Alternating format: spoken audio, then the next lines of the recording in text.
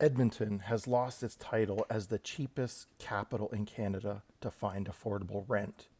Rentals.ca released its September 2023 data showing the cost of rent across multiple listings in each major city in Canada. Unfortunately for Edmonton, Alberta, it slipped as the demand and the cost of rent is soaring in the city. Edmonton still is affordable compared to other cities in other provinces, but some worry that this will change in the next few months. Let's take a look at the data that they have collected.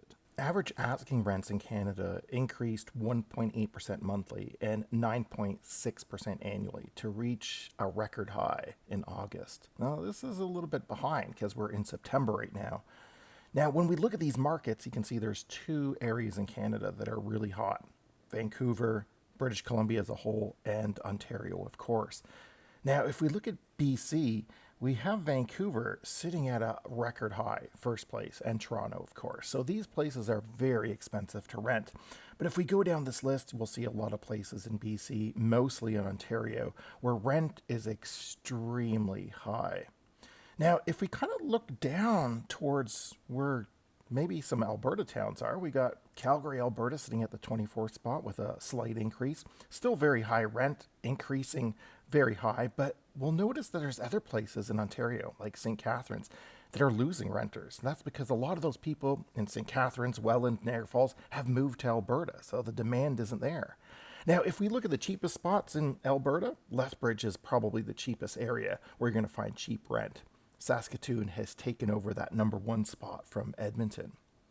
Now, if we look at all these stats, we can go through them and kind of analyze every single thing.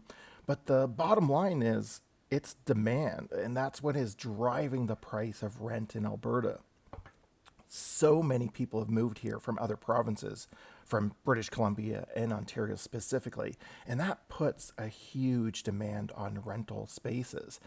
There isn't much to rent. The average kind of rental areas are taken over. There's new developments, but there's a waiting period to get into those new developments.